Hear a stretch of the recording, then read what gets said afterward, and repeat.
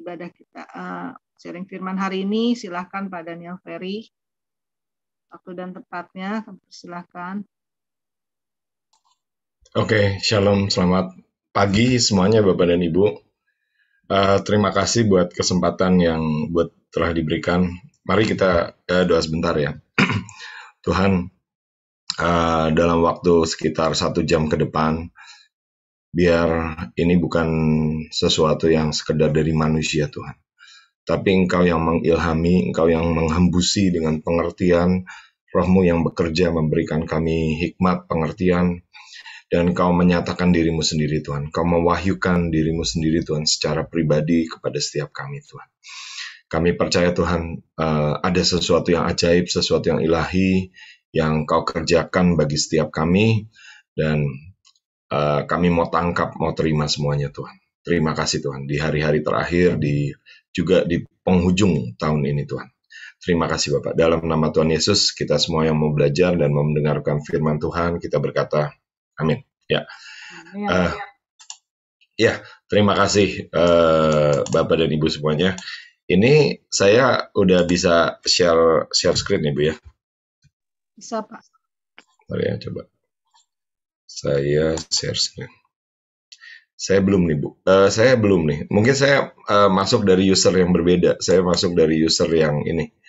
Tadi saya dari HP sekarang, tapi saya dari laptop. Saya belum bisa share. Oh ya, sudah bisa. Ya, jadi ketika saya merenungkan firman Tuhan dan mempersiapkan Bapak dan Ibu, saya tergerak untuk membagikan atau kita belajar membahas sama-sama mengenai bagaimana kita menahan bencana ya dengan mengangkat perjanjian Nuh. Ya, jadi ini gambarnya, ilustrasinya memang itu Bu ya, dari komik ya, kartun, yaitu ketika Popeye ini menahan air gitu ya Bapak dan Ibu, airnya meluber gitu. Ya, ini ilustrasi aja ya. Nah, jadi dasarnya mungkin sebelum saya masuk ke ayat Bapak dan Ibu, mungkin saya gambarkan sedikit ya, ambil waktu sedikit saja ya, hanya singkat saja untuk menjelaskan konteksnya. Konteksnya apa? Konteksnya ini kita berada di penghujung daripada akhir zaman ya.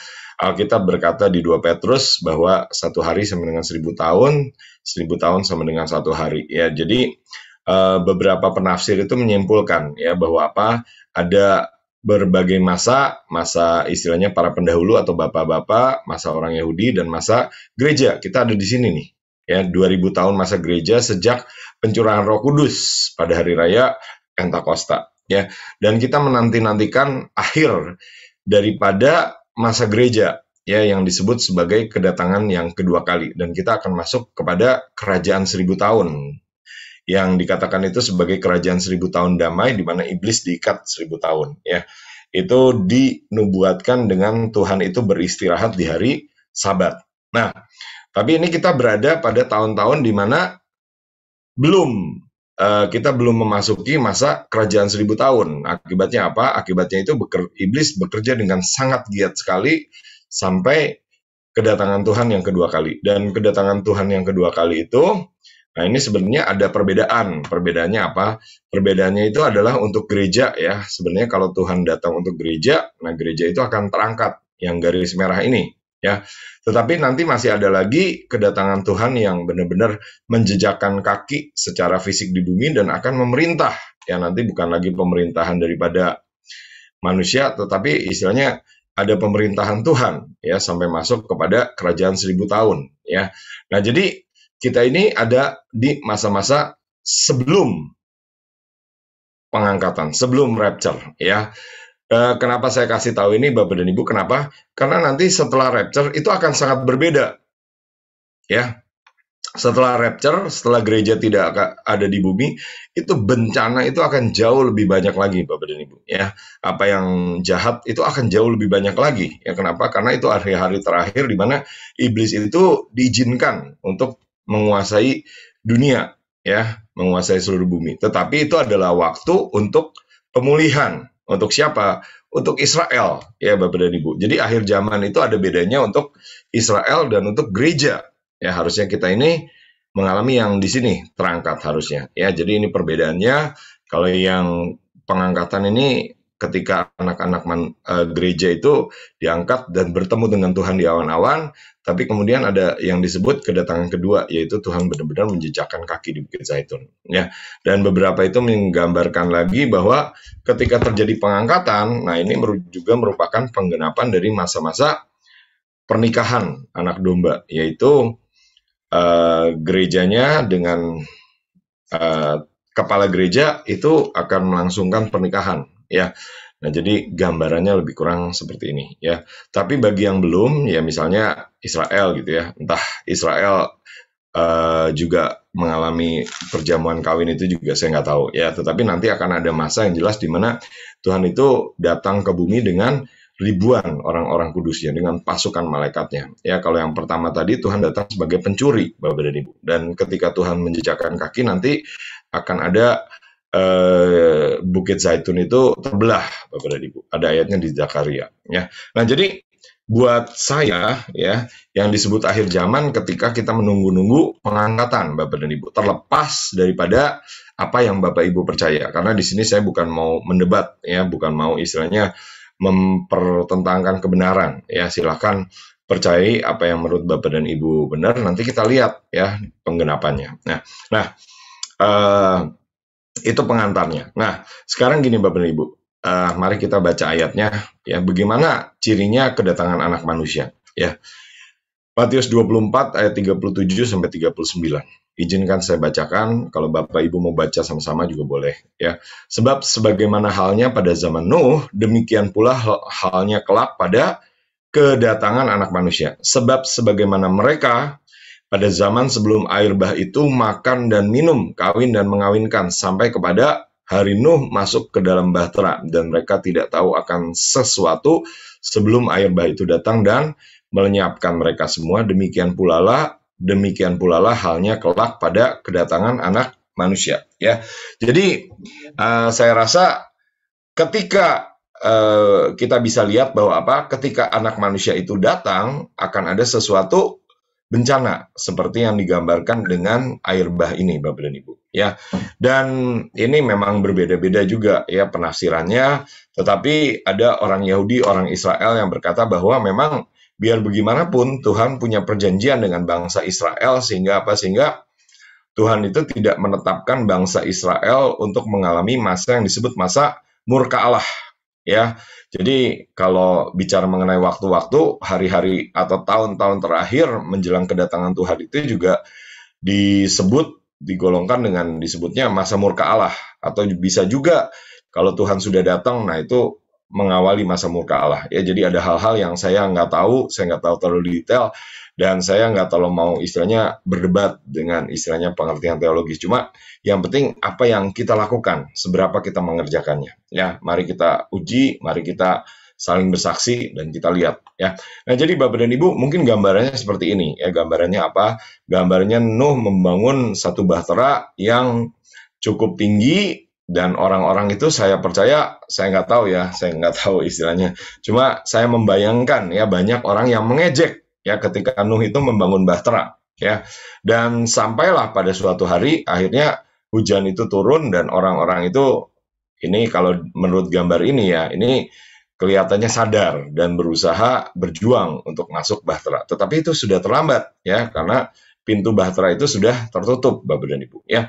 Demikian pula hari-hari terakhir ini, Bapak dan Ibu, ya.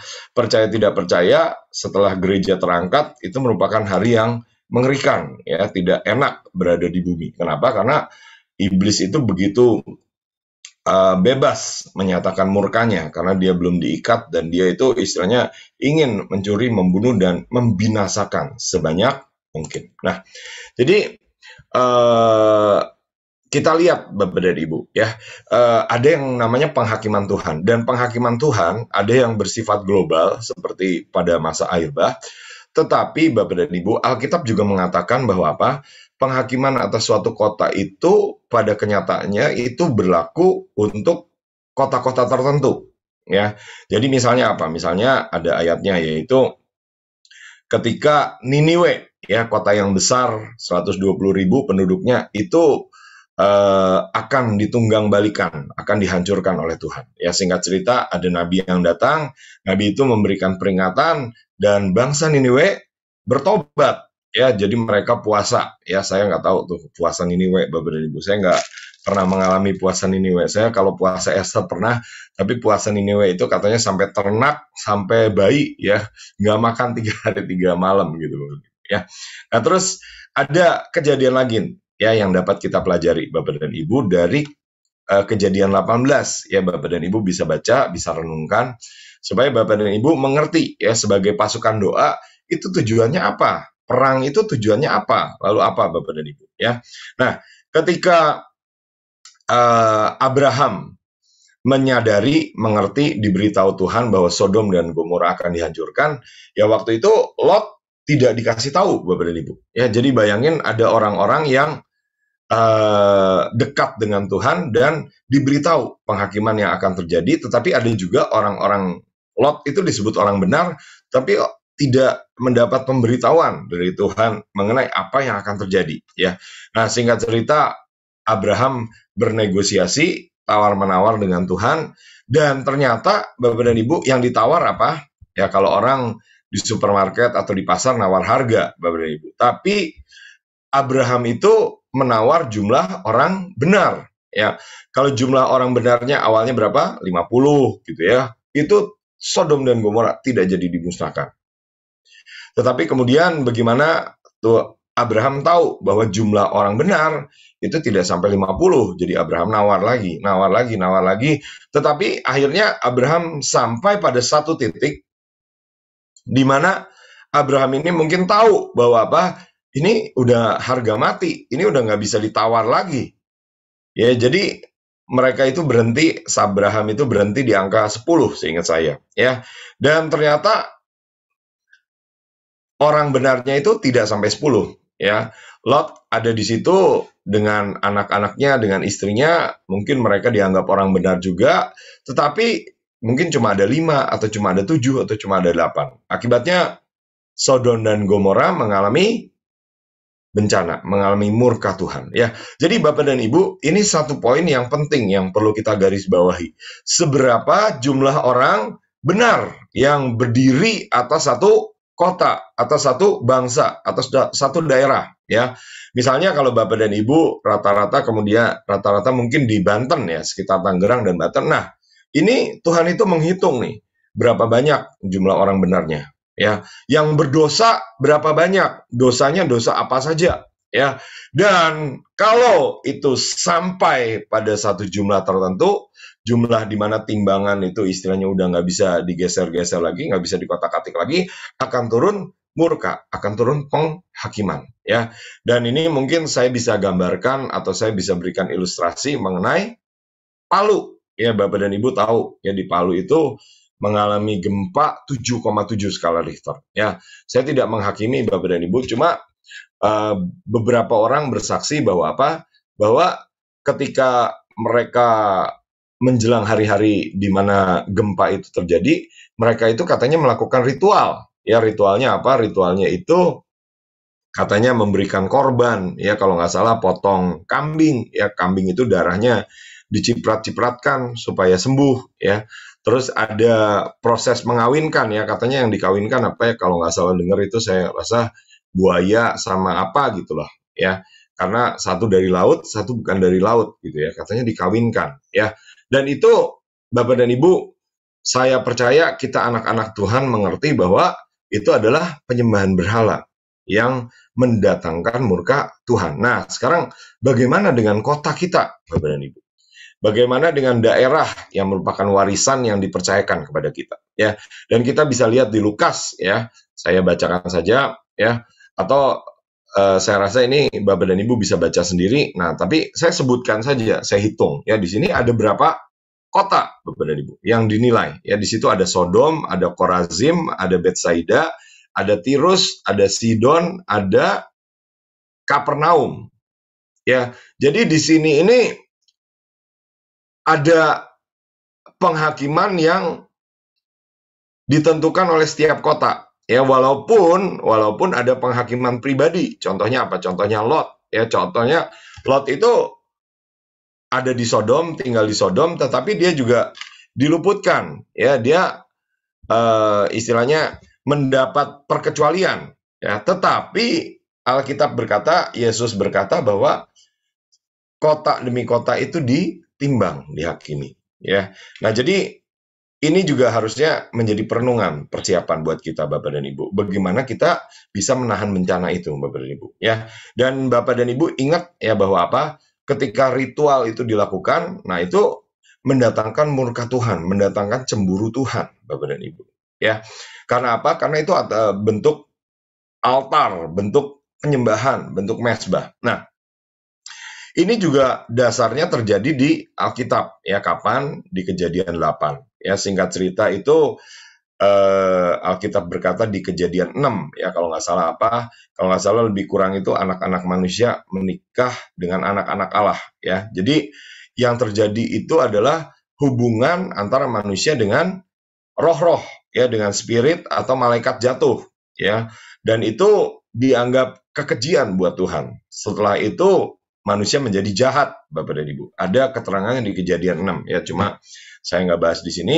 Nah, singkat cerita, Tuhan menjadi murka, lalu Tuhan mau memusnahkan seluruh bumi, ya. Lalu apa yang terjadi, Bapak dan Ibu? Apa yang dibuat oleh Nuh? Ya, ini sudah selesai, ya. Nuh sudah mendirikan bahtera, laut sudah banjirnya sudah surut, Bapak dan Ibu. Dan tapi ternyata kita baca di sini, ya. Kejadian 8 ayat 20 dan 22. Lalu Nuh mendirikan mezbah, katakan sama-sama, mendirikan mezbah bagi Tuhan dari segala binatang yang tidak haram dan dari segala burung yang tidak haram diambilnyalah beberapa ekor. Lalu ia mempersembahkan korban bakaran di atas mezbah itu. Ketika Tuhan mencium persembahan yang harum itu, berfirmanlah Tuhan dalam hatinya, aku takkan mengutuk bumi ini lagi karena manusia, sekalipun yang ditimbulkan hatinya adalah jahat dari sejak kecilnya, dan aku takkan membinasakan lagi segala yang hidup seperti yang telah kulakukan. Ya, jadi di sini kita lihat, Bapak dan Ibu, bahwa apa? Dengan kejahatan begitu banyak yang terjadi di Kejadian 6, Tuhan itu marah, Tuhan itu mengutuk bumi karena manusia. Ya, sehingga dengan kutukan itu datanglah penghakiman atas seluruh bumi, Bapak dan Ibu. Ya, dan kemudian apa? Kemudian Tuhan benar-benar membinasakan segala yang hidup sehingga hanya sisa 8 orang, yaitu Nuh dan istrinya, 3 anaknya, dan 3 menantunya, Bapak dan Ibu. Ya, jadi apa yang Nuh lakukan, Bapak dan Ibu? Nuh mendirikan mezbah, dan ketika mezbah itu berdiri, ada korban, ada api. Nah, apinya ini naik ke surga. Nah, Tuhan mencium persembahan yang harum itu. Ya, jadi Bapak dan Ibu, hari-hari ini saya percaya ini juga sedang terjadi. Ya, yaitu apa? Yaitu Tuhan itu sedang menimbang, Tuhan sedang mencium, Tuhan sedang menilai apa yang kita naikkan sebagai persembahan, Bapak dan Ibu. Ya, ayatnya di mana? Ada di Wahyu 11. Ya, cuma saya rasa saya nggak buka sekarang. Cuma di Wahyu 11 itu ada manusia yang diberikan tongkat pengukur dan disuruh mengukur orang, bait Allah, dan yang beribadah di dalamnya, serta mezbah. Ya, jadi mezbah ini, kita ini diukur, Bapak dan Ibu. Ya, mezbah itu diukur, dan mezbah itu dikatakan kalau yang di pelataran luar akan terinjak-injak oleh bangsa-bangsa lain. Ya, berarti kalau nggak di pelataran luar, ada juga yang di pelataran dalam. Ya, kalau lebih dalam lagi dari pelataran dalam, ada yang namanya ruang maha kudus, Bapak dan Ibu. Nah, menjadi pertanyaan, menjadi perenungan, menjadi pergumulan buat kita, Bapak dan Ibu. Kita ini berada di mana? Apakah kita, persembahan kita, ya, mezbah kita, itu hanya cukup sampai di pelataran luar? Atau bisa masuk ke pelataran dalam? Atau bahkan bisa masuk ke ruang maha kudus, Bapak dan Ibu. Ya, memang secara teori, ketika Tuhan Yesus datang, Tuhan Yesus naik ke kayu salib, tirai bait suci terbelah, itu setiap orang itu bisa ketemu dengan Tuhan, bisa masuk ke ruang maha kudus. Cuma apakah setiap orang benar-benar memanfaatkan darah Yesus, mengerti artinya pengorbanan darah Yesus. Ada orang yang hidup dalam dosa-dosanya, dalam kebenaran dirinya sendiri. Memang lahiriahnya bisa saja Kristen, Bapak dan Ibu, yang mungkin kemana-mana bawa Alkitab, yang mungkin menjadi hamba Tuhan, ya. Tetapi di Matius 7 dikatakan, hanyalah engkau karena engkau disebut pembuat kejahatan. Ya, jadi kita ini perlu minta supaya apa, Bapak dan Ibu, supaya Roh Kudus ini menginsyafkan kita, supaya kita mengerti kita ini ada di mana, Bapak dan Ibu. Apakah kita di pelataran luar? Kalau pelataran luar gimana? Siap-siap. Karena apa? Pelataran luar akan terinjak oleh bangsa-bangsa lain. Atau bisa masuk ke ruang kudus, atau malah bisa masuk ke ruang maha kudus. Ya. Dan ini Bapak dan Ibu, ya, ini ayat ini diakhiri dengan peringatan, ya, atau bukan peringatan, ya, berkat Tuhan, ya. Tuhan berkata bahwa apa? Selama bumi masih ada, tidak akan berhenti-berhenti musim menabur dan menuai, ya, boleh katakan sama-sama, ya, tidak akan berhenti-henti menabur, musim menabur dan menuai, ya, dan seterusnya. Kenapa, Bapak dan Ibu? Karena tidak terlalu lama lagi, Bapak dan Ibu, saya nggak tahunya persisnya berapa lama, itu yang namanya sistem jual beli itu akan berhenti, Bapak dan Ibu. Ya, anak-anak Tuhan bisa memilih mau tetap berjual beli atau tidak berjual beli. Kalau mau tetap berjual beli, ada konsekuensinya. Konsekuensinya apa? Harus pakai tanda binatang, Bapak dan Ibu. Suka nggak suka, percaya nggak percaya. Ya mungkin izinkan saya mengingatkan, Bapak dan Ibu, supaya apa? Supaya kita bersiap, Bapak dan Ibu. Ya, dan kita nggak khawatir, nggak bingung. Ya, kenapa? Karena Tuhan sudah mengingatkan di sini bahwa tidak akan berhenti-berhenti musim menabur dan menuai. Selama kita menabur, kita akan menuai, Bapak dan Ibu. Ya, jadi hari-hari ini tadi katanya ada misalnya acara Natal, Bapak dan Ibu. Itu kalau kita nggak mengerti, itu kita bisa merupakan beban, Bapak dan Ibu. Ya, mungkin ada gereja-gereja yang berpandangan bahwa apa, misalnya, ya ini katanya ada gereja yang berpandangan bahwa apa, itu ibadah itu dihitung seperti bisnis. Ya, gimana dihitung profit and loss-nya, ya. Ini apakah ini profit center atau cost center, ya. Kalau mengadakan ibadah buat pengusaha-pengusaha, wah ini profit center, ya. Tapi kalau ibadah buat manula, lansia, nah ini cost center, Bapak dan Ibu, ya. Dan kalau bisnis yang namanya cost center harus ditutup, Bapak dan Ibu, ya. Kita boleh punya profit center, tapi nggak boleh punya cost center, ya. Demikian perhitungan bisnis, ya. Nah, jadi Bapak dan Ibu, itu orang yang belum mengerti artinya mesbah, ya, malah berdagang dengan Tuhan, ya, jual beli dengan Tuhan, ya, datang kepada Tuhan untuk keuntungan yang didapat, Bapak dan Ibu, ya. Jadi kalau kita mengerti hal ini, Bapak dan Ibu, kita akan belajar untuk mendirikan mesbah sebagaimana Nuh mendirikan mesbah. Ya, kemarin juga kita baru Natalan, Bapak dan Ibu, ya. Dan Tuhan itu memberikan istilahnya di hati kita ini beban satu angka, ya, sekian jiwa gitu, ya. Tadi Bapak dan Ibu sedang hitung-hitung, ya, berapa jumlahnya. Nah, kita juga bergumul seperti itu, ya. Akhirnya kita berdoa buat satu angka. Wah, dihitung-hitung, ya, dihitung-hitung apa? Ya, dihitung-hitung konsumsinya berapa, ya. Dihitung-hitung transportnya berapa. Ya, kenapa? Karena kita mengadakan perjamuan, ya, dan kita harus menyediakan makanan, ya, dan menyediakan transport juga kadang-kadang, ya. Dan keluarlah, waduh, segini deh. Akhirnya gimana? Ya udah, kita mendirikan mesbah. Kita istilahnya menarik persembahan, ya, untuk apa? Untuk menawarkan buat orang yang mau ikut ambil bagian, ya. Tetapi kalau kita mengerti hal ini, Bapak dan Ibu, itu bukan sekedar beban, ya, itu bukan sekedar cost center. Kenapa? Karena nanti semua uang itu nggak ada nilainya, Bapak dan Ibu. Ya, semua uang itu akan masuk kepada sistem di mana orang tidak dapat lagi berjual beli, ya mau uang Bapak Ibu misalnya 1 miliar, 100 miliar, sekian triliun, nanti percayalah Bapak dan Ibu ya. Nah, nanti saya coba buktikan ya. Jadi buktinya apa? Nah, Bapak dan Ibu bisa cari ya. Ini cari, saya bukan ahli ekonomi, saya juga istilahnya bukan punya gelar ekonomi. Cuma saya belajar mendengarkan suara Tuhan, belajar juga teologi ya. Dan ini Bapak dan Ibu gambaran singkatnya. Ya, ini apa? Ini yang merah itu uang ya. Uang dari tahun sekian 1969 sampai grafik ini 2014 ya, jadi sekitar 7 tahun yang lalu ya. Nah, jadi ternyata Bapak dan Ibu sebagian besar uang itu dicetak oleh bank. Ya, jadi Bapak dan Ibu bisa cari persentasenya, itu bank itu nilainya 97% ya. Nah, uang yang tunai itu cuma 3%. Ya, kenapa saya ceritakan hal ini?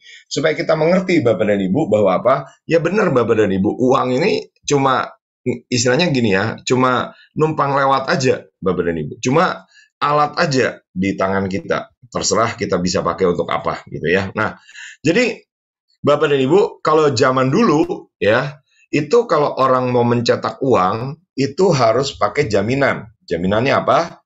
Jaminannya emas. Ya, tetapi sejak tahun sekian ya, sejak tahun 1970-an kalau nggak salah. Nah, itu orang cetak uang itu tidak usah pakai jaminan emas lagi ya. Jadi jaminannya apa? Jaminannya iman, kepercayaan bahwa apa? Orang percaya bahwa ada uang di bank dan uangnya bisa dipakai bayar ya. Jadi orang itu istilahnya Bapak dan Ibu, orang yang ngerti bisa cetak uang seenaknya ya. Makanya Bapak dan Ibu jangan kaget orang kaya makin kaya. Ya, kenapa? Karena mereka mengerti ya. Dan nanti Bapak dan Ibu, nanti kapan persisnya, nah saya nggak tahu ya. Uang yang tunai ini tidak akan ada lagi. Ya, toh uang tunai itu cuma 3% Bapak dan Ibu. Ya, nanti uang itu rekening-rekening itu nanti ya ada beberapa tempat itu sudah mulai diberlakukan ya di Irlandia gitu ya. Bank-bank itu mulai ditutup. Ya, Bapak dan Ibu mungkin telah belajar ekonomi ya, kalau enggak nanti bisa cari orang yang lebih mengerti ekonomi ya. Ini ada beritanya Bapak dan Ibu ya. Beritanya apa? Bahwa yang namanya uang dolar Amerika ya, itu dihitung dari bulan Mei ya, itu 40% dari uang dolar itu dicetaknya 40% ya dari semua uang dolar dalam sejarah itu dicetak dalam 12 bulan terakhir. Saya ulangi ya Bapak dan Ibu ya. Kalau Bapak dan Ibu belajar ekonomi ya, uang 40% uang dolar Amerika itu dicetak dalam 12 bulan terakhir. Nah, kira-kira ini apa yang akan terjadi Bapak dan Ibu? Ya. Nanti secara umum akan ada waktunya, akan ada masanya di mana tiba-tiba ya dolar itu istilahnya mungkin nggak ada nilainya mungkin atau turun nilainya ya. Ini ada grafiknya. Grafiknya apa? Tahun 17 ya 2018 ini uang itu baru sekitar 3,5 triliun dolar ya. Tapi hanya dalam 1 tahun itu udah naik jadi 5,5-6 triliun ya. Jadi selama sekitar 1 tahun ini Bapak dan Ibu itu banyak orang cetak uang. Ya, bank-bank sentral itu mencetak uang. Ya, kenapa? Karena sakit penyakit ini istilahnya memang kelihatannya mengerikan sih Bapak dan Ibu. Tetapi ini belum apa-apanya. Tujuan mereka adalah mengendalikan ekonomi dan menguasai sampai ada sistem tanda binatang. Sampai ada manusia durhaka yang nanti naik dan menjadi pemimpin dunia Bapak dan Ibu. Ya, siapa? Saya persisnya belum tahu Bapak dan Ibu ya. Cuma saya lihat ciri-cirinya, tanda-tandanya ya. Ini berita dari apa? Dari Forbes ya, majalah Forbes atau ABC gitu ya, bahwa apa? Kekayaan para triliuner ya, di sini disebutnya bilioner, itu naik 5 triliun selama pandemi. Ya. Jadi orang kaya nih makin kaya Bapak dan Ibu. Ya, ini contohnya siapa? Misalnya di sini ya, ini naiknya sekian ya, ini muka-mukanya ada yang punya Amazon, ada yang punya mobil, ada yang punya apa? Ini software ya, Facebook. Nah, ini pertambahan kekayaannya lebih kurang seperti ini. Ya, ini memang waktunya nggak sama ya. nggak sama itu ada yang peningkatannya itu udah lama ya, ada yang sampai tahun berapa, tapi yang kelihatannya meningkat paling banyak itu yang bikin mobil ya, mobil listrik ya, ini 400% ya, jadi tambah kaya Bapak dan Ibu. Dan kita harus tahu Bapak dan Ibu ya, kalau kayanya itu secara jujur ya itu nggak mendatangkan murka Tuhan ya, tetapi kalau kekayaan ini digaruk secara tidak halal ya, mengorbankan orang-orang lain ya, nah ini akan mendatangkan murka Tuhan ya, dan turunnya murka Tuhan itu dalam bentuk bencana salah satunya ya. Nah, jadi mungkin saya gambarkan kesaksian-kesaksiannya supaya apa Bapak dan Ibu? Supaya Bapak dan Ibu belajar mengerti bagaimana kita menahan bencana. Ya, ini ada kesaksian sedikit yang mungkin saya udah pernah sampaikan, tapi saya sampaikan lagi ya, ini Pak Presiden B.J. Habibie ya, Presiden Indonesia ketiga, dulu ke Jerman ya, sekolah 10 tahun, lalu beliau itu bisa bikin pesawat ya, punya 46 katanya 46 paten ya. Nah, jadi singkat cerita Bapak dan Ibu, ketika kami diberi tugas ke Jerman Bapak dan Ibu sekitar 3 tahun yang lalu, nah kami pergi melakukan doa peperangan ya, kita melakukan doa sebagai pasukan, kita pergi ke tempatnya di mana Hitler ini pernah pidato ya, pernah tulis buku ya. Kita ke camp di mana itu merupakan camp pembantaian yang pertama gitu ya. Dan singkat cerita Bapak dan Ibu, di akhir cerita menjelang kami kembali ke airport ya, itu Tuhan itu memberikan tanda pelangi Bapak dan Ibu yang sangat jelas ya. Jadi ini pelangi dari mana dasarnya? Dari perjanjian Nuh Bapak dan Ibu. Ayatnya di mana? Ayatnya misalnya di Kejadian 5 ya. Jadi itu perjanjian, tetapi ternyata di hadapan Tuhan itu bukan sekedar perjanjian, tapi nilainya sumpah ya. Yesaya 54 ayat 9. Keadaan ini bagiku seperti pada zaman Nuh, seperti aku telah bersumpah kepada Nuh bahwa air bah tidak akan meliputi bumi lagi. Demikianlah aku telah bersumpah bahwa aku tidak akan murka terhadap engkau, terhadap Nuh, dan tidak akan menghardik engkau lagi ya. Jadi pada hari itu Tuhan murka terhadap Nuh, Tuhan menghardik Nuh ya, dan dinyatakan dengan apa? Seluruh bumi dibinasakan ya. Jadi Bapak dan Ibu, ini ada satu perjanjian yang penting yang kalau apa? Yang kalau kita bisa naikkan di hadapan Tuhan, kita bisa angkat di hadapan Tuhan, itu akan bisa menahan bencana. Kenapa Bapak dan Ibu? Ya, katakan di sini bahwa apa? Air bah tidak akan meliputi bumi lagi. Ya, dan Bapak dan Ibu mungkin sudah dengar beritanya bahwa apa? Hari-hari ini sering diulang bahwa apa? Terjadi gempa, ada risiko tsunami. Ya, kemarin baru terjadi gempa 7 skala Richter Bapak dan Ibu ya. Yang di Aceh itu dulu sekitar 8 atau 9 skala Richter ya. Dan Bapak dan Ibu bisa ikuti berita bahwa apa? Menurut ahli-ahli ya, menurut mereka yang punya mempelajari, itu sudah ada energi ya, energi yang siap istilahnya meledak kapan saja ya, menjadi gempa ya. Ketika apa? Itu katanya itu ada di sepanjang selatan Pulau Jawa, Bapak dan Ibu ya. Dan itu bagian daripada Ring of Fire ya. Ring of Fire itu Bapak dan Ibu bisa cari, pelajari lebih luas lagi.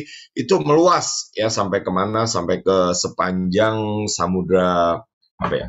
Atlantik ya kalau nggak salah. Atlantik atau Pasifik ya, mungkin saya salah ya. Nah jadi gini Bapak dan Ibu, kita harus ngerti Bapak dan Ibu apa yang Tuhan janjikan ya, hukumnya bagaimana ya.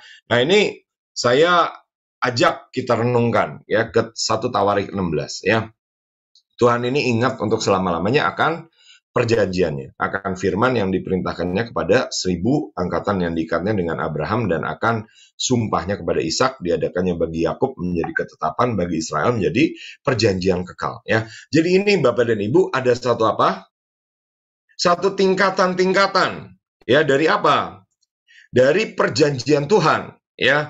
Tuhan itu dengan Abraham memberikan perjanjian, tapi begitu turun ke Ishak jadi sumpah. Ya, sumpah itu akar katanya 7 Bapak dan Ibu ya. Sheba, Syafa, Sefaot ya. Sabat itu akar katanya sama ya. Jadi ketika satu perjanjian diulang sampai 7 kali, nah itu menjadi sumpah yang tidak lagi istilahnya dapat dibatalkan ya. Kekuatan sumpah itu lebih tinggi daripada perjanjian, Bapak dan Ibu ya. Tapi ternyata ada lagi ya yang dikatakan apa, menjadi ketetapan ya. Kalau udah merupakan ketetapan itu tidak bisa diganggu gugat lagi, Bapak dan Ibu, tidak bisa dibatalkan lagi. Kalau perjanjian ya mungkin saja masih bisa dibatalkan ya, bahkan turun ya, sebenarnya bukan turun ya, tapi Yakub itu kan berubah menjadi Israel ya. Israel itu cenderung bangsa ya, dan bagi Israel itu udah bukan ketetapan lagi, tetapi menjadi perjanjian kekal, Bapak dan Ibu ya. Jadi gini, Bapak dan Ibu, apakah kita mendapat menerima janji ini, Bapak dan Ibu? Ya, ya memang secara teori ya semua anak Tuhan bisa menerima, Bapak dan Ibu. Tetapi pada prakteknya, Bapak dan Ibu, ya Bapak dan Ibu bisa uji, itu belum tentu, Bapak dan Ibu. Semua anak-anak Tuhan hidup dalam kebenaran.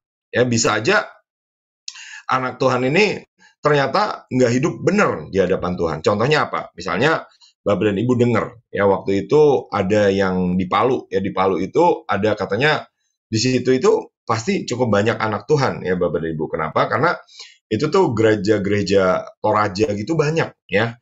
Tetapi kalau Bapak dan Ibu dengar ya, saksikan ceritanya, itu ada yang namanya petobo ya. Petobo itu sampai jadi kayak bubur tanahnya ya, dan mengalami istilahnya bisa hanyut ya sekian kilometer ya. Bahkan orang-orang itu tenggelam ya. Seperti apa? Seperti penghakiman Tuhan atas Korah, Datan, dan Abiram. Ya kenapa? Karena mungkin gereja diam saja, mungkin ya. Gereja mengizinkan terjadinya prostitusi ya, penjualan narkoba, perjudian, dan lain sebagainya. Gereja tidak berdiri dan tidak membangkitkan orang-orang benar, Bapak dan Ibu ya. Jadi Bapak dan Ibu, saudara dan saya punya tanggung jawab, Bapak dan Ibu, untuk apa? Untuk membangkitkan orang-orang benar yang berdoa ya, untuk satu bangsa, untuk satu kota, untuk satu pulau, Bapak dan Ibu ya. Dan ini kita balik ya, balik ke Kejadian 9 ayat 16 ya. Busur itu merupakan tanda ya. Jika busur itu ada di awan, maka aku akan melihatnya sehingga aku mengingat perjanjianku yang kekal antara Allah dan segala makhluk yang hidup, segala makhluk yang ada di bumi. Jadi Allah ini punya perjanjian, bahkan bukan perjanjian yang bisa tidak berlaku. Misalnya apa? Ketika Nuh meninggal, perjanjian itu tidak berlaku. Tetapi perjanjian ada yang sifatnya turun-temurun. Ya misalnya apa? Misalnya ini contoh ya. Ini contoh, ini gimana ya? Misalnya saya nih di sini kenal Bu Eva gitu ya. Oh, terus saya lihat anaknya Bu Eva gitu ya, misalnya gitu ya. Terus saya berjanji nih, pokoknya misalnya ini cuma contoh ya. Misalnya apa? Misalnya terjadi apa-apa. Nah, ini pokoknya saya akan menjamin hidup anaknya gitu ya. Nah, seperti asuransi gitu.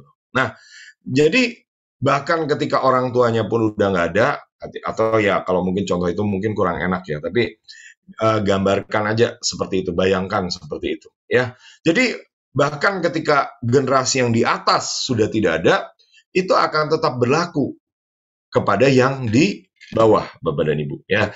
Dan saya itu tahun 2018, nah tahun 2019 ya seingat saya, atau 2018 juga, 2019 seingat saya. Nah, saya pergi juga ke Papua, Bapak dan Ibu ya. Kita pergi ke satu tempat yang maaf kata ya, merupakan pijakan ya, menurut saya pijakan daripada roh kebodohan ya. Kebodohan itu kalau di Alkitab digambarkan seperti babi ya, atau anjing ya. Babi itu tidak mau belajar ya, babi itu membuang mutiara, tidak bisa menerima mutiara ya. Nah, saya gambarkan gini Bapak dan Ibu ya. Di gambar kiri itu saya sempat ketemu orangnya. Orangnya ini di sana Bapak dan Ibu itu pakai kalung ya. Kalungnya apa? Kalungnya taring babi ya. Dan mereka itu sangat suka makan bakar batu ya. Bakar batu itu daging babi dipotong-potong, lalu batunya dipanaskan, lalu dibakar di situ. Nah, Bapak dan Ibu kalau mempelajari kesehatan, ada yang suka nggak makan bakar batu, Bapak dan Ibu ya. bakar batu itu sebenarnya nggak terlalu sehat, Bapak dan Ibu. Kenapa? Karena ada cacing-cacing di daging babi yang nggak bisa mati ya ketika hanya dihangatkan dengan batu saja, Bapak dan Ibu. Akibatnya apa? Akibatnya itu sebenarnya nggak sehat ya untuk kesehatan, ya nggak baik untuk kesehatan. Ya, Bapak dan Ibu juga kalau lihat ya, itu matanya merah. Kenapa matanya merah? Karena mereka itu ternyata punya kebiasaan katanya ya kalau tinggal di rumah tradisional mereka di Honai ya, terus ada nyamuk, untuk menghindari nyamuk apa yang mereka lakukan? Mereka bakar api supaya apa? Supaya asapnya itu mengusir nyamuk. Yang bayangin Bapak dan Ibu tinggal di rumah kecil di Honai ya, nggak ada sirkulasi, lalu bakar asap di situ, bakar api di situ. Ya jadi matanya itu merah Bapak dan Ibu ya, karena mungkin iritasi ya atau bagaimana Bapak dan Ibu ya. Nah tapi saya mau berkata gini Bapak dan Ibu, saya sampaikan bukan untuk menghina, tetapi saya untuk menyampaikan satu fakta kebenaran bahwa apa, di balik semua perilaku itu ada roh yang memang bentuknya seperti babi. Sehingga apa? Sehingga orang itu kurang mengerti ya, kurang bisa belajar, kurang hikmat Bapak dan Ibu ya. Dan saya lakukan satu tindakan profetik ya untuk memerangi kebodohan ya. Saya berikan topi saya Bapak dan Ibu ya. Ini jadi tadinya topi saya berikan kepada Bapak ini bukan sekedar untuk gaya-gayaan, bukan sekedar untuk pamer gitu ya, tapi untuk membalikan kebodohan menjadi hikmat Bapak dan Ibu ya. Terus kami pergi juga ke tempat-tempat penyembahan berhala ya, ke tempat malaikat jatuh ya, terus pergi ke tempat misalnya di mana mereka ini masih menyimpan mumi Bapak dan Ibu ya. Nah singkat cerita setelah selesai doa peperangan ya, nah Tuhan memberikan pelangi ya. Saya itu foto, kenapa? Karena pelangi itu adalah pelangi yang paling jelas yang pernah saya lihat seumur hidup saya ya, kira-kira 28 tahun 45 tahun, maaf bukan 28 ya. Nah jadi itu gambaran Bapak dan Ibu bagaimana kita memerangi roh-roh, misalnya apa di sini, roh yang bentuknya babi, roh kebodohan ya. Terus kita menahan bencana ya. Kenapa Bapak dan Ibu? Karena memang ketika terjadi kejahatan, murka Allah itu akan turun ya. Ada ayat-ayatnya juga di Yehezkiel 22 misalnya ya. Nah sekarang kita pelajari Bapak dan Ibu ya, dari semua pengertian itu ya, kalau Bapak dan Ibu percaya, wah saya ini punya kuasa untuk menahan bencana ya, saya bisa menahan bencana ya. Buktinya apa? Buktinya pelangi tadi ya. Nah misalnya, nah bagaimana caranya kita membayarnya? Kita melakukan bagian kita Bapak dan Ibu ya. Saya ajak kita lihat ke Kejadian 6 ayat 8 dan 9 ya. Tetapi Nuh mendapat kasih karunia di mata Tuhan ya. Dari sekian juta orang, saya nggak tahu ada berapa juta ya, berapa puluh juta ada orang di bumi pada saat itu, hanya satu Nuh yang dikatakan mendapat kasih karunia di mata Tuhan. Nah pertanyaannya Bapak dan Ibu, apakah saudara dan saya mendapat kasih karunia di mata Tuhan? Ya. Nah, bagaimana Nuh bisa mendapat kasih karunia? Ya, dikatakan di sini Nuh adalah seorang yang benar dan tidak bercela, Bapak dan Ibu. Apakah kita sudah hidup benar dan tidak bercela di antara orang-orang sezamannya, Bapak dan Ibu? Ya, hari-hari ini banyak orang yang istilahnya menyampaikan kebaikannya, ya, hidup sebagai orang benar. Tapi kalau ditanya istilahnya, apakah dia orang benar di hadapan Tuhan? Menurut saya belum tentu, Bapak dan Ibu. Ya, saya ini menurut saya ya, saya itu hari-hari ini ya, maksudnya kalau saya merenungkan ya, saya itu kenal Tuhan itu mungkin sekitar 20 tahun lah, anggap saja ya, 20 atau 21 tahun ya. Saya itu perhatikan ya, kadang-kadang orang itu suka ya, maaf kata, hamba Tuhan itu suka ya membagikan, menyaksikan kebenarannya. Tapi kalau menyaksikan kesalahannya, pertobatannya, banyak orang yang malas, ya mungkin nggak mau atau sungkan atau merasa takut atau gimana gitu. Nah menurut saya Bapak dan Ibu, orang itu punya kekurangan-kekurangannya ya, dan saya nggak berani menghakimi orang, saya nggak berani menghakimi yang lain. Cuma menurut saya lebih percaya dengan orang yang berani mengakui dosa-dosanya, mengakui kesalahan-kesalahannya sebagai manusia, sebagai seorang manusia, sekalipun orang ini dipercaya sebagai hamba Tuhan ya. Dan ada ayatnya, ada penjelasannya, 1 Yohanes 1 bahwa apa? Ketika seorang itu mengaku dosa, maka dia akan dibenarkan. Ya, kalau orang ini tidak tidak mengakui dosanya, ya tidak tahu dibenarkan atau tidak, ya. Dan saya lihat, ya, saya menyaksikan bahwa cukup banyak hamba-hamba Tuhan yang saya lihat itu ternyata berguguran, Bapak dan Ibu. Ya, dulu ada hamba Tuhan yang menurut saya, wih, ini sering khotbah, ya, keren, ganteng, berpengaruh gitu. Saya pernah ngundang juga loh. Terus lama-lama nggak kedengaran beritanya. Ya, kenapa? Katanya selingkuh, katanya jatuh, katanya begitu. Ya, saya juga nggak tahu, Bapak dan Ibu. Saya nggak mau sebutkan nama karena menurut saya nggak etis juga. Ya, itu urusan mereka dengan hamba tuannya. Ya, cuma bagian saya belajar. Ya, apakah saya mendapat kasih karunia? Apakah saya hidup benar? Ya, dan Bapak dan Ibu, kata Nuh itu aslinya berarti istirahat. Ya, artinya apa, Bapak dan Ibu? Kita juga harus belajar beristirahat dari apa yang dari dunia. Ya, mungkin orang ini sibuk mencari uang. Nah, kita belajar mencari Tuhan, Bapak dan Ibu. Bukan berarti kita nggak perlu uang, Bapak dan Ibu, tetapi kita harus belajar mengerti bahwa apa? Kalau kita belajar Tuhan, kita mendapatkan kekekalan. Ya, kalau belajar mencari uang, apalagi dengan cara-cara yang tidak halal, yang mungkin korupsi, ya, mendatangkan keuntungan bagi diri sendiri, sementara orang lain dirugikan. Nah, itu akan ada kutuknya, Bapak dan Ibu. Kita juga perlu belajar masuk hadirat Tuhan untuk apa? Mungkin sabat, ya, doa 24 jam, ya.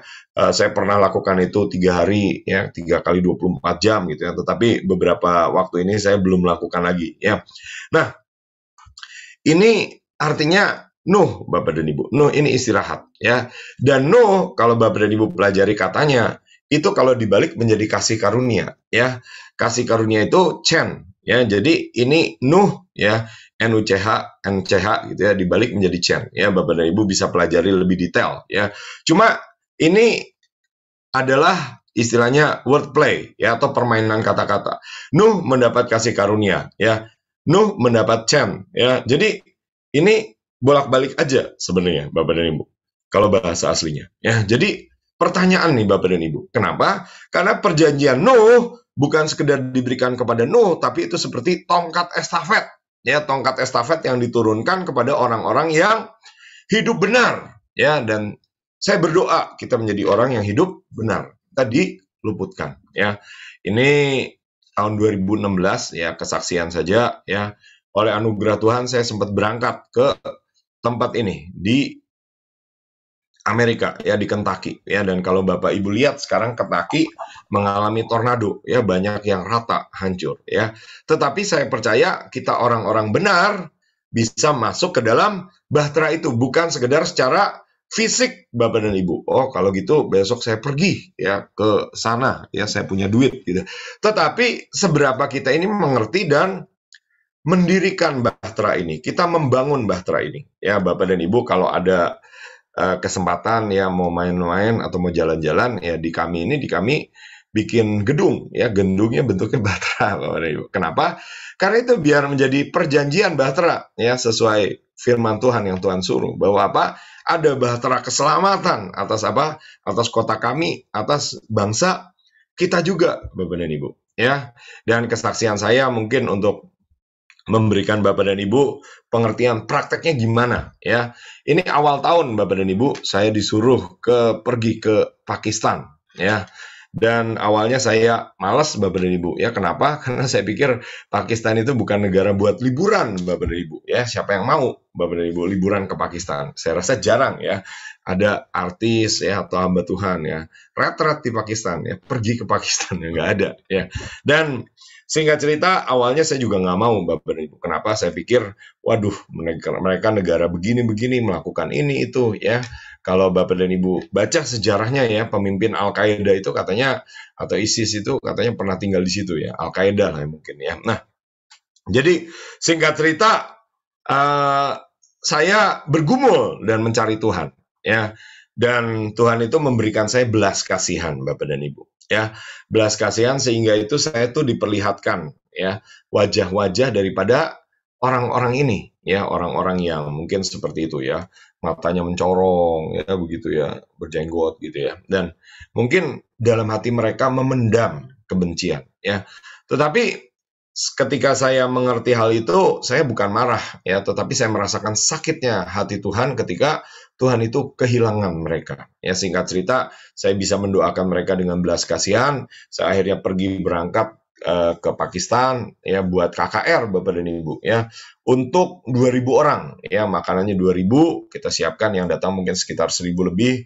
Tapi singkat cerita, orang-orang diberkati Bapak dan Ibu. Ada mujizat kesembuhan ya. Hamba Tuhannya itu bersaksi bahwa apa? Itu adalah KKR yang paling keren istilahnya menurut mereka sepanjang sejarah daripada kota itu Bapak dan Ibu. Nah, jadi gini Bapak dan Ibu, pertanyaan dan perenungan. Seberapa kita mendapat bagian dalam perjanjian Nuh ini? Seberapa kita ini bisa berharap kita diluputkan dari murka Allah yang akan turun, dari air bah yang akan melanda ketika apa? Ketika anak manusia itu datang kembali, Bapak dan Ibu. Ya, apa yang dilakukan Nuh? Nuh hidup benar dan tidak bercela. Ya, hari-hari ini Bapak dan Ibu banyak orang yang kelihatannya di luar baik tapi melakukan hal-hal yang jahat. Ya, kalau Bapak dan Ibu ikuti ya di Amerika gitu ya, ada orang yang kelihatannya sosialita gitu ya, selebriti gitu ya, tapi melakukan hal-hal yang jahat ya, sehingga sedang diadili ya, dan itu tuh mungkin ada orang-orang lain ya, pejabat-pejabat ya, bangsawan-bangsawan ya, orang yang istilahnya bergelar kerajaan itu ikut terlibat Bapak dan Ibu dalam apa? Dalam perbuatan yang jahat itu ya. Nah, jadi ini juga butuh kesetiaan Bapak dan Ibu. Kenapa? Karena untuk membangun Bahtera ini katanya ada yang ngitung itu butuh 55 sampai 80 tahun ya. Jadi nggak sebentar Bapak dan Ibu ya. Nah, ini mungkin Bapak dan Ibu saya gambarkan sekilas-kilas aja ya. Dan nanti Bapak dan Ibu bisa renungkan dan praktekkan gitu ya Bapak dan Ibu ya. Bahwa apa? Bahwa Nuh ini beriman, bahwa Nuh ini taat Bapak dan Ibu ya. Supaya kita mengerti Bapak dan Ibu bahwa apa? Ini ada gambarannya, mungkin kita nggak pelajari sekarang terlalu detail, tetapi kita mengerti, kita bisa cari di mana, kita bisa pelajari di mana. Ya, ada gambaran juga bahwa apa Bapak dan Ibu di Yeskiel 9 ada satu kota, ya kota yang berdosa, ya sehingga apa? Sehingga malaikat itu disuruh melakukan hukuman atas kota itu, ya atas kota Yerusalem. Ya, mereka menggunakan alat perusak. Ya, tapi apa? Tapi orang-orang benar ditandai dengan huruf T pada dahinya. Nah, apakah kita mendapat tanda ini nggak, Bapak dan Ibu? Ya, mungkin saya nggak bisa nggak bahas terlalu detail, tapi saya kasih contoh sedikit lagi, Bapak dan Ibu. Ya, izinkan saya tutup dengan contoh ini. Ya, nah tahun 2019 itu ada berita, ya katanya ada apa? Ada potensi tsunami di Jogja, ya, potensi tsunami Laut Selatan mencapai 20 meter ya, bahkan sampai sekarang juga masih ada Bapak dan Ibu ya. Dan saya ini menyampaikan dari sisi apa? Dari sisi saya pernah dikasih kelihatan ya, sudah 2-3 kali Bapak dan Ibu bahwa tsunami itu memang dapat terjadi ya. Kemarin itu ada hamba Tuhan Joy Israel juga menyampaikan ya bahwa apa, dia lihat mimpi, mengalami mimpi bahwa apa? Terjadi tsunami ya di Jakarta ya. Saya itu ketika lihat tsunami itu Bapak dan Ibu, tsunami itu kira-kira tingginya itu setinggi Mangga 2, WTC Mangga 2 ya. Jadi WTC Mangga 2 lantai berapa? Mungkin lantai 4 atau lantai 6. Nah, saya lihat itu tsunami-nya setinggi itu ya. Jadi saya mengerti Bapak dan Ibu, ini bukan sekedar berita koran, ini bukan sekedar pengetahuan para ahli, tetapi ya memang dapat terjadi Bapak dan Ibu ya. Nah, singkat cerita, apa yang kita lakukan? Ya kita doa keliling Bapak dan Ibu. Kita tutup pintu-pintu gerbang maut. Kita cari pijakan daripada kuasa-kuasa gelap. Ya, itu sekitar bulan Juli ya. Kami berangkat ke Yogyakarta ya.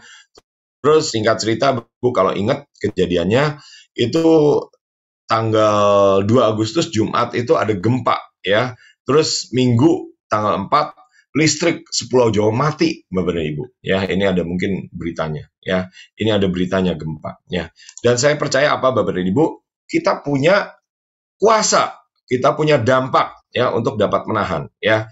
Ini saya mungkin nggak bisa sampaikan secara detail, tapi pada bulan Juli itu Bapak dan Ibu kami berangkat ya ke Jogja ya. Singkat cerita, ketika kami berangkat ke Jogja, Tuhan gerakan untuk apa? Angkat perjanjian matahari ya. Jadi gimana? Kita tanya Tuhan, kita bawa-bawa ini bunga matahari. Jadi naik kereta Bapak dan Ibu bawa bunga matahari. Ya, terus singkat cerita, ya ini cara mengisi cawan. Ya, ini ada doa melalui grup call, puasa, menyembah, ya, doa mengerang, ya, terus masuk sidang ilahi, ya, mengisi cawan kebaikan. Saya nggak bisa jelaskan secara detail. Singkat cerita, ya Tuhan berikan tanda bahwa apa? Saya percaya kita bisa membuka langit, kita bisa mendorong kuasa-kuasa gelap itu. Ya, buktinya apa Bapak dan Ibu? Kita pergi ke tempat-tempat, ya, ke gunung-gunung, kita pergi ke makam, ya, kita ajak ini penjaga-penjaga makamnya untuk deklarasi, ya, untuk pegang bunga. Ya, dan saya percaya yang dari tadinya langit tertutup jadi langit terbuka. Ya, ini kita bikin foto dan ternyata ada gambaran langit terbuka. Dan saya percaya apa Bapak dan Ibu? Saya percaya ya bencana itu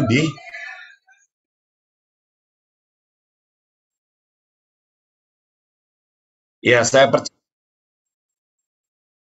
percaya Bapak dan Ibu, kita semua bisa melakukan di tempat kita masing-masing. Kita bisa melakukan bagian kita masing-masing, Bapak dan Ibu. Ya, ini sudah jam 8:20. Saya ajak kita tutup ya Bapak dan Ibu dalam doa sebentar ya. Kiaratasi kinamata karya layarabase. Nosokono motokoryolo yorobo sondora barabase. Nasakaraya rabase kenemete kiaraya. Kiaraya rabo. Shekerete kiaraya rabo. Biar belas kasihan-Mu Bapa penuhi hati kami, curahkan kuasa Roh Kudus, api kemuliaan-Mu membakar hati yang rindu untuk melayani-Mu sampai seluruh jiwa-jiwa, sampai seluruh Indonesia dipenuhi api kemuliaan-Mu. Tuhan, hamba berdoa di dalam nama Yesus, biar buat siapapun Tuhan yang mendengarkan firman ini, baik yang melalui Zoom ya atau melalui YouTube, mendapat api cinta Tuhan, api belas kasihan Tuhan. Sehingga ketika kami datang kepada Tuhan, kami datang dengan hati, dengan pengertian bahwa Engkau sakit, Engkau tidak berkenan akan bencana, akan hal-hal yang buruk yang dapat terjadi. Tetapi Engkau merindukan pertobatan. Engkau merindukan kami untuk hidup benar, Tuhan. Dan kami percaya, Tuhan, sebagaimana terjadi pada zaman Nuh, pada zaman Niniwe, bencana itu dapat ditahan. Kami, kota kami, provinsi kami dapat diluputkan dari bencana itu. Hamba bawa khususnya Banten, Tuhan. Engkau tahu, Tuhan, bahwa iblis mendakwa Banten, Tuhan, dengan satu bencana, dengan satu mungkin tsunami, mungkin banjir, mungkin letusan gunung seperti Krakatau atau apa. Tetapi kami berdoa, Tuhan, biar hari ini, Tuhan, umat-Mu, pasukan-Mu ini dibangkitkan, sehingga dapat datang kepada Tuhan dengan satu pengertian, dengan belas kasihan, sehingga umat-Mu ini, pasukan-Mu ini dapat melunakkan hati Tuhan, sebagaimana Musa melunakkan hati Tuhan. Sehingga ketika hatimu dilunakkan Tuhan, Engkau menyurut daripada murka-Mu yang menyala-nyala, dan Engkau menahan, menunda bencana itu. Kalau bencana itu sudah tidak dapat ditunda, biar itu dikurangi Tuhan. Ingat Tuhan, jiwa-jiwa yang kehilangan keselamatan, kehilangan tempat tinggal Tuhan. Hamba berdoa di dalam nama Tuhan Yesus, biar hari ini Tuhan, pengertian itu turun dan kami bangkit. Kami dapat menjadi generasi yang menduduki kota demi kota, tempat demi kota, tempat sesuai firman yang berkata, setiap tempat yang kami duduki, Tuhan berikan kepada kami menjadi milik kami. Kami dapat bergerak, berfungsi sebagaimana Petrus yang Tuhan berikan kunci-kunci kerajaan surga. Apa yang kami ikat di bumi terikat di sorga, apa yang kami lepaskan di bumi terlepas di sorga. Sebagaimana Tuhan, hamba berdoa Tuhan, hamba sudah saksikan ya apa yang Engkau kerjakan melalui Bahtera. Biar kami juga mengerti Tuhan, kami juga menangkap, kami masuk ke dalam Bahtera itu, dan pada harinya Tuhan, ketika air bah itu turun, kami menjadi orang-orang yang sudah masuk ke dalam Bahtera. Kami tidak menjadi bagian orang-orang yang terkena daripada hujan bahkan air bah itu Tuhan. Terima kasih Tuhan. Hari-hari ke depan bukan hari-hari yang mudah Tuhan, tapi kami berdoa, mampukan kami Tuhan. Berikan kami kemampuan dan kesabaran. Terima kasih Bapak. Di dalam nama Tuhan Yesus, kita semua yang percaya berkata amin. Ya, Bapak dan Ibu, mungkin saya bisa saksikan itu aja ya, tapi kalau Bapak dan Ibu mau mengerti detailnya, saya rasa itu sangat perlu praktek ya. Jadi kalau praktek itu ya sangat berbeda dengan teori ya. Kalau ini tuh istilahnya mungkin kesaksian dan teori ya, tetapi saya menghimbau yang menyarankan kalau memang mau praktek ya belajar itu cari ambil waktu untuk mengikuti supaya benar-benar mengerti bagaimana berdiri untuk satu kota, suatu bangsa dan menahan bencana ya, karena memang sudah ada peringatan hamba-hamba Tuhan bahwa Banten itu termasuk yang diancam ya, dan Bapak Ibu mungkin ingat ya waktu itu akhir tahun kalau nggak salah ya, tahun berapa ya, 2018 kalau nggak salah, itu ada tsunami ya, itu tewas berapa orang ya, termasuk artis dan lain sebagainya ya. Saya juga bukan nakut-nakutin, karena saya pernah dikasih mimpi itu Bapak dan Ibu ya. Ketika saya mimpi itu, saya lihat Jakarta hancur dan saya tuh ketakutan ya, saya menggigil selama sekitar sebulan ya. Jadi saya merasa itu dari Tuhan ya. Oke, saya kembalikan kepada Ibu Eva. Yes, terima kasih Pak Ferry. Bahwa kita harus berdoa bagi kota di mana kita tinggal ya, dan terutama PSBB ini memang terutama waktu kemarin ini kita untuk berdoa untuk kita membentuk pasukan Banten, jadi untuk berdoa bagi Banten. Jadi kita harus berdiri bagi kota kita, yaitu di Banten, Provinsi Banten, karena kita nih di Tangerang ya. Jadi baiklah Bapak Ibu, kita akan persiapkan karena siapkan perjamuan kudus, nanti sisanya bisa diolesin di rumah kita masing-masing, atau disiram di tanah di rumah tempat kita tinggal supaya kita diluputkan ya. Karena waktu kemarin ini saya tuh hari apa ya, waktu saya chatting dengan Pak Ferry itu hari apa ya Pak, hari Selasa ya, Selasa malam jam 12 malam saya waktu itu mau doa, tapi waktu itu saya tiba-tiba berbahasa roh dan nggak tahu, perasaan saya tuh sedih gitu. Ada apa ya? Tiba-tiba bahasa roh dan saya nggak bisa berdoa dengan bahasa Indonesia, dan tiba-tiba sedih, dan biasanya itu kan menyatakan ada sesuatu terjadi. Dan waktu sebelum kejadian Krakatau juga itu mau Gunung Krakatau mau meletus itu, saya juga merasakan waktu ada gempa atau apa di Palu, saya juga begitu. Jadi kalau ada terjadi sesuatu, saya kadang-kadang merasa kayak ada satu terus bangkitkan, ayo doa. Jadi waktu itu saya kemarin tuh sedih, kayaknya kenapa ya Tuhan waktu itu Rabu ini kan gempa, dan ini kita mari berdoa untuk kota di mana kita tinggal. Kita percaya kita nih pasukannya akan dibangkitkan di akhir zaman untuk menjaga kota kita. Baiklah, kita akan berjamuan kudus, mungkin tadi bisa pimpin perjamuan kudus. Ya,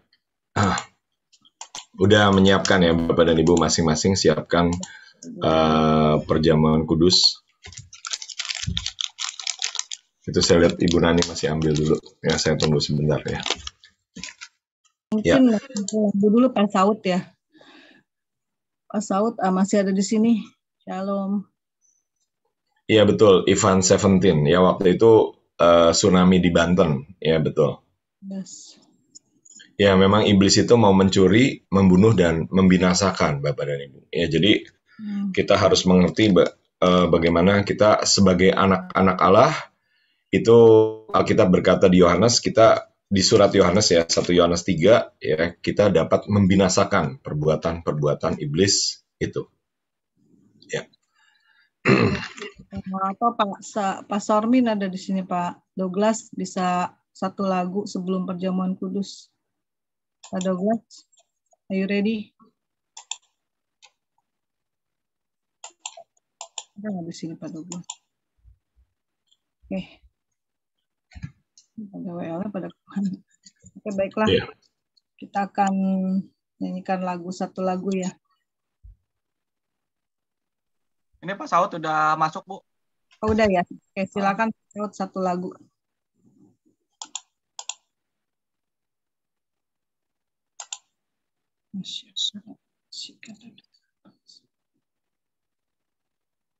Haleluya. Ya, mungkin Bapak Ibu ada yang mau bertanya apa? Mungkin bisa ada pertanyaan atau tanggapan, silahkan. Bagi yang mau menanggapi tentang firman Tuhan, silahkan. Mungkin Pak Handoko atau Pak Robert sambil menunggu WL-nya. Ya, Bu Mona, atau siapapun. Oke. Oke ya, kita percaya bahwa kita ini sebagai penjaga kota di mana kita tinggal. Bu Nani, mungkin ada tanggapan, Bu Nani, silahkan buat masukan. Rumah Perjamuan Kudus. Terima kasih Pak Ferry. Dan makasih, saya juga merasa bertanggung jawab nih dibangkitkan untuk sebagai penjaga-penjaga kota ya. Jadi kita siap harus menanggapi panggilan Tuhan. Jangan kita abaikan atau masa bodoh kalau Tuhan sudah memperingati ya. Kita menanggapi dengan serius biar kita dapat hikmat bagaimana cara mengatasinya. Bagaimana cara kita memenuhi rencana-rencana Tuhan itu untuk membatalkan atau mengurangi rencana iblis itu supaya kita jangan terlalu banyak korban. Kalau bisa ya dibatalin gitu ya. Mari kita anak-anak Tuhan menanggapi dengan serius gitu. Ya, terima kasih Pak Ferry. Ya, kita mau merespon dengan benar panggilan Tuhan. Makasih biar nggak terlalu banyak korban ya, dan kita anak-anak Tuhan bangkit. Amin. Ya, terima kasih Bu Nani. Oke, baiklah, kita akan mulai masuk perjamuan kudus. Silakan Pak Ferry. Iya, ya.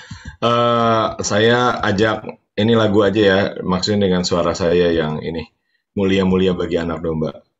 Mulia, mulia bagi anak domba.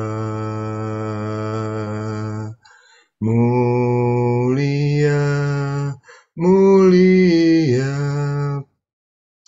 bagi anak domba.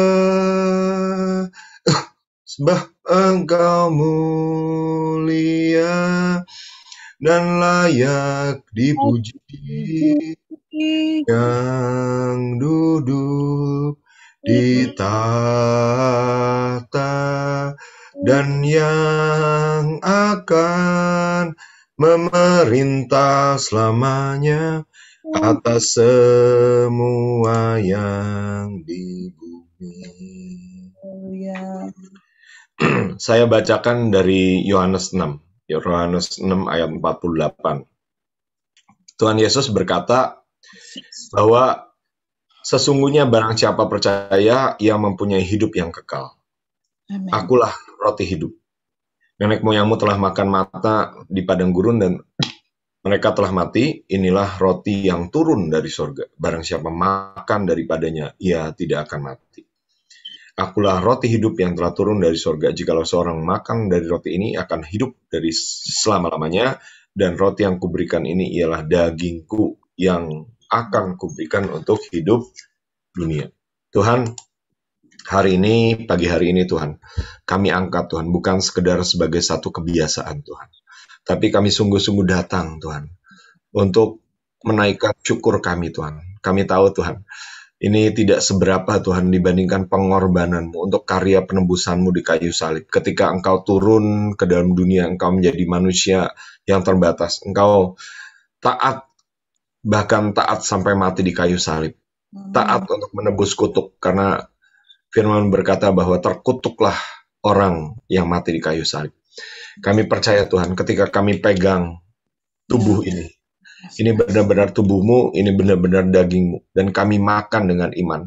Ketika kami makan, ini menyatu dengan tubuh kami, bahkan tubuhmu ini menguasai kami Tuhan, sehingga kami dimampukan untuk melakukan seluruh jadikanmu, terutama Tuhan, hamba bawa untuk provinsi Banten ini Tuhan.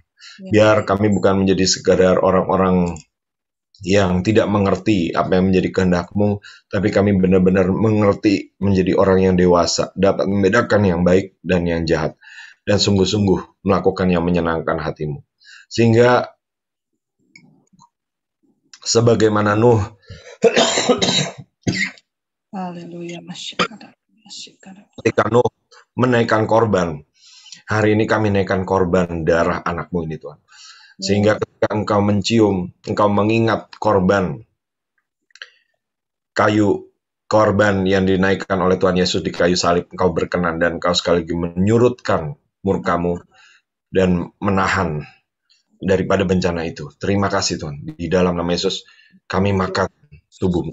Nama Yesus. Haleluya. Makanlah dengan iman Bapak dan Ibu.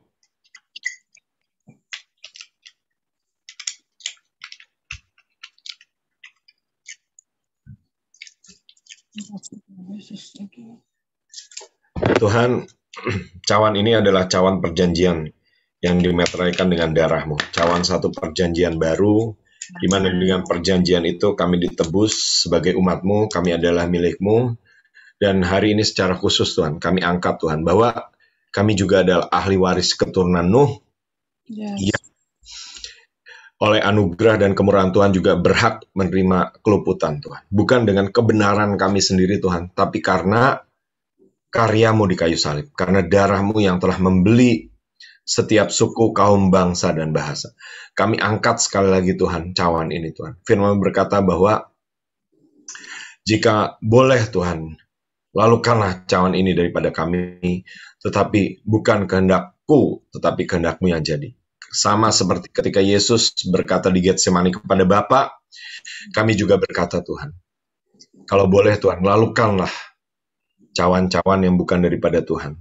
Tetapi Tuhan, kami berdoa Tuhan, sebagaimana Yesus berdoa, biar kehendak-Mu yang jadi dalam hidup kami. Dipaksakan terjadi, direkayasa terjadi dalam hidup kami. Sehingga berdoa Tuhan, kami diluputkan, diselamatkan, sesuai dengan perjanjian Nuh. Di mana ketika Engkau datang kembali, kami termasuk daripada bagian orang-orang yang diluputkan. Kami boleh mengalami pengangkatan Tuhan. Dan diluputkan dari masa-masa kesukaran, masa-masa tribulasi, masa-masa kesakan. Atau kalaupun ada yang tidak diangkat Tuhan, kami berdoa, berikan jaminan Tuhan. Supaya tetap kuat, tetap bertahan sampai akhir, dan tetap setia. Tidak menyangkal, tetapi setia sampai akhir. Terima kasih Bapak. Kami minum dengan iman bahwa ketika kami minum, kami bersekutu dengan darah-Mu Tuhan. Darah-Mu ini menguasai dan Amin. di dalam hidup kami, sehingga tidak ada sakit penyakit, tidak ada virus yang dapat bertahan, karena ada darah-Mu sendiri yang mengalir di dalam tubuh kami. Dalam nama Yesus, kami minum dengan iman. Amin.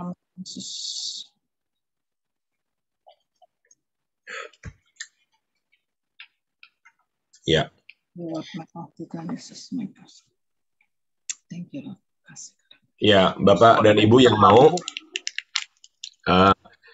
sebentar Ibu, 10 detik aja. Bapak Ibu yang mau ya, itu berdasarkan Yeskiel 9 ya. Itu ada orang-orang yang dahinya ditandai ya dengan huruf T ya. T itu ya bentuknya itu memang berbeda ya. Jadi ada yang bentuknya itu seperti ambang pintu ya ketika zaman Yeskiel gitu ya. Nah, jadi mungkin gimana ya gini. Nah, jadi poinnya adalah gini Bapak dan Ibu. Ya kalau Bapak dan Ibu mau, Bapak dan Ibu tergerak. Nah, ini boleh saya ajak untuk memberikan tanda di dahi kita ya. Sesuai dengan iman masing-masing. Kalau tidak tergerak ya tidak apa-apa. Tuhan, hamba mengangkat Tuhan Yeskiel 9 Tuhan. Di Yeskiel 9 ada malaikatmu yang memberi tanda di dahi orang-orang yang berkeluh kesah atas dosa. Kami juga berdoa Tuhan, kami termasuk bagian daripada orang-orang yang mengerti akan dosa-dosa, dosa kejahatan. Mungkin ada orang yang menipu, ada orang yang berbohong, ada orang yang mau mencuri, membunuh, dan membinasakan. Ada orang yang terikat dengan mamon Tuhan. Kami berdoa kami menjadi orang yang memintakan ampun, dan hari ini Tuhan kami terima meterai, tanda di dahi kami Tuhan. Sehingga kami termasuk daripada orang-orang yang ditandai dan tidak ikut dirusak. Sebagaimana malaikat-malaikat itu merusak orang-orang yang lain. Terima kasih Bapak. Kami berdoa kami diluputkan, provinsi kami diluputkan, bahkan bangsa kami diluputkan. Di dalam nama Yesus kami terima dengan iman. Amin. Amin, amin. Haleluya. Thank you. Terima kasih Pak Ferry. Hari ini kita percaya ada lawatan Tuhan dan hadirat Tuhan luar biasa hari ini. Kita percaya hari-hari ini kita dibangkitkan sebagai pasukan ya. Semangat pasukan. Kita percaya walaupun kita baru merintis PSBB, tapi kalau Tuhan berkenan kita akan, oh ya Bapak Ibu ini untuk yang tadi perjamuan kudus, yang sisanya saya nanti mau diolesin di itu ya Pak ya, yang tiang pintu. Oke, dari ini ya gempa atau apapun, kita percaya tidak akan menimpa kita, keluarga kita. Kita doakan ya Bapak Ibu. Terima kasih banyak Pak Ferry.